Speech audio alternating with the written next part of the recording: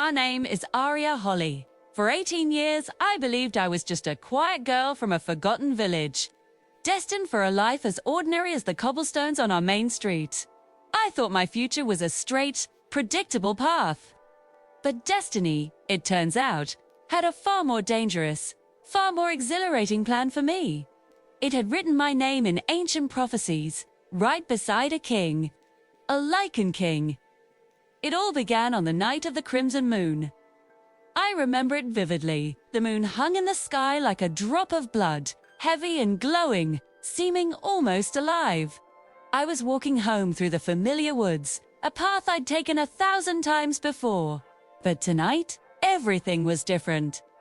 I clutched my coat, a strange chill running down my spine that had nothing to do with the cold. Whispers seemed to move between the ancient trees, carried on a wind that smelled of something I couldn't place. Wild, ancient, and undeniably dangerous. That's when I heard it. A growl. It wasn't the sound of any animal I knew. It was deeper, more guttural, a sound that vibrated right through the ground and into my bones. Something between man and beast. My heart hammered against my ribs, screaming at me to run, but my feet were frozen to the spot.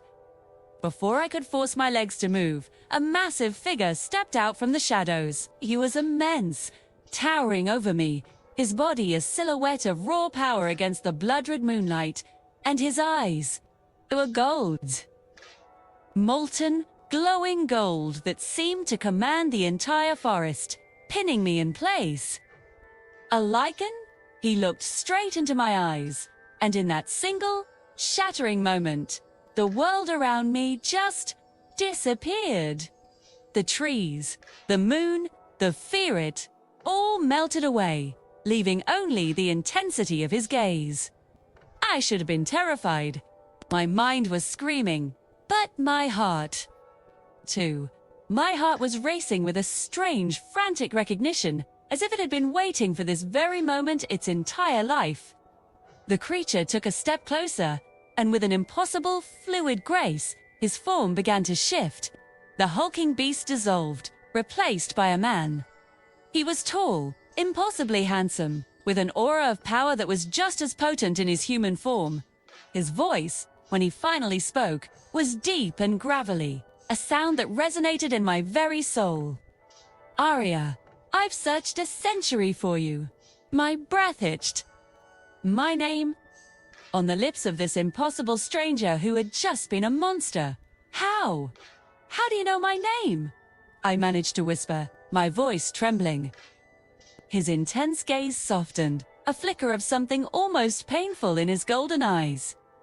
Because you are my mate. His name was Kael. He wasn't just any Lycan. He was the king of the Lycans, the formidable ruler of the Shadow Court. He led me, away from my world and into his hidden kingdom, nestled deep within the mountains. A place of shadows and secrets, lit by ethereal blue fires and guarded by fierce warriors who bowed their heads as we passed. He told me about a prophecy, an ancient legend that spoke of a human girl, born under a broken star, who would one day become the heart of the Lycan King, the only one capable of taming the curse that ran through his blood. Kael was feared by all. He was strong, ruthless, unstoppable. But his strength was also his greatest weakness. With every crimson moon, the beast within him fought for control, pushing him closer and closer to an irreversible madness. Only his fated mate, the prophecy said, could anchor his humanity and keep the monster at bay. And that mate was me. It was impossible to comprehend. I was just Aria, a girl from a forgotten village, a nobody. Yet, in this strange, dangerous world, their king looked at me as if I were everything. The stares of his court followed me everywhere. I felt their suspicion, their doubt, a human in their midst. But Kael's gaze never wavered. He brought me into his world, into his castle, a fortress carved from the mountain itself. Every night, I felt the bond between us strengthening, a strange pull that was both terrifying and intoxicating. It was a heat that simmered just beneath my skin. A constant whisper in the back of my mind that was his voice, his thoughts, his emotions. But I fought it. I wasn't ready to accept this fate. I wasn't ready to belong to anyone, let alone a cursed king of a mythical race. I was his mate, but I was still me, and I was determined to hold on to that. Then came the next crimson moon. The air in the castle grew thick with tension. The guards were on edge, their movements sharp and anxious. Kael had locked himself in his chambers, but I could feel his struggle through our bond. It was an agony that tore through me, a raw, primal battle. Against my better judgment, I went to him. I found him in the center of the room, his body contorted in pain. His bones were cracking, shifting under his skin. Vicious claws were emerging from his fingertips, and his golden eyes were turning wild, feral. He saw me and let out a guttural snarl. Aria's. "Stay away," he warned, his voice breaking, strained with the effort of holding back the beast. "I don't want to hurt you." Fear coiled in my stomach, cold and sharp. But then, something else rose to meet it. The prophecy. It wasn't just a story. It was a power awakening inside of me. A warmth bloomed in my chest, a soft light that pushed back the fear. It was a pull stronger than anything I'd ever felt, a certainty that I was where I needed to be. I took a hesitant step forward. Then another. He roared, a sound of pure, untamed rage, but I kept walking until I was right in front of him. I placed my shaking hand on his wild, burning chest. The moment my skin touched his, the roaring stopped. It was replaced by a deep, shuddering growl, not of rage, but of stunned recognition.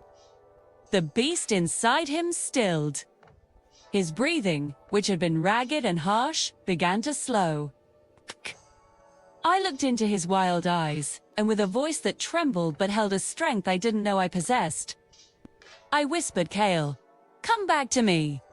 And in that moment, something shifted. The great and terrible Lycan King, the beast that made armies tremble, bowed his head to me. After that night, Kael never fought his curse alone again.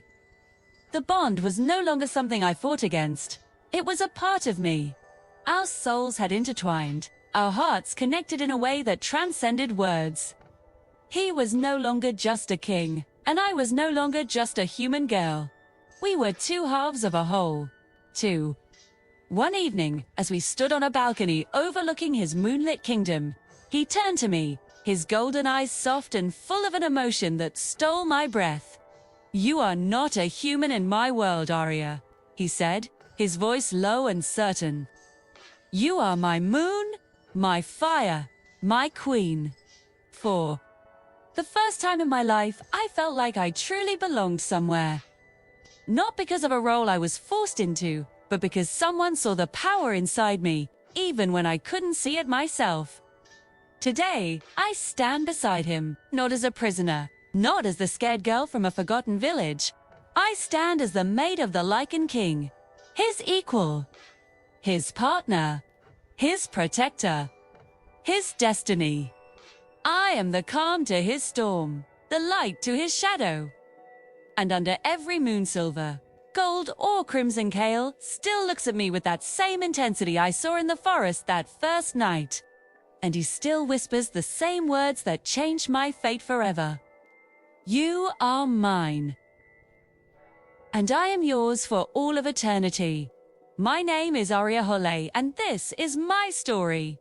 The story of how I found my true home, not in a place, but in the heart of a king. Thank you for listening. If you enjoyed this story, don't forget to like, subscribe, and hit that notification bell for more tales from worlds beyond our own. See you next time.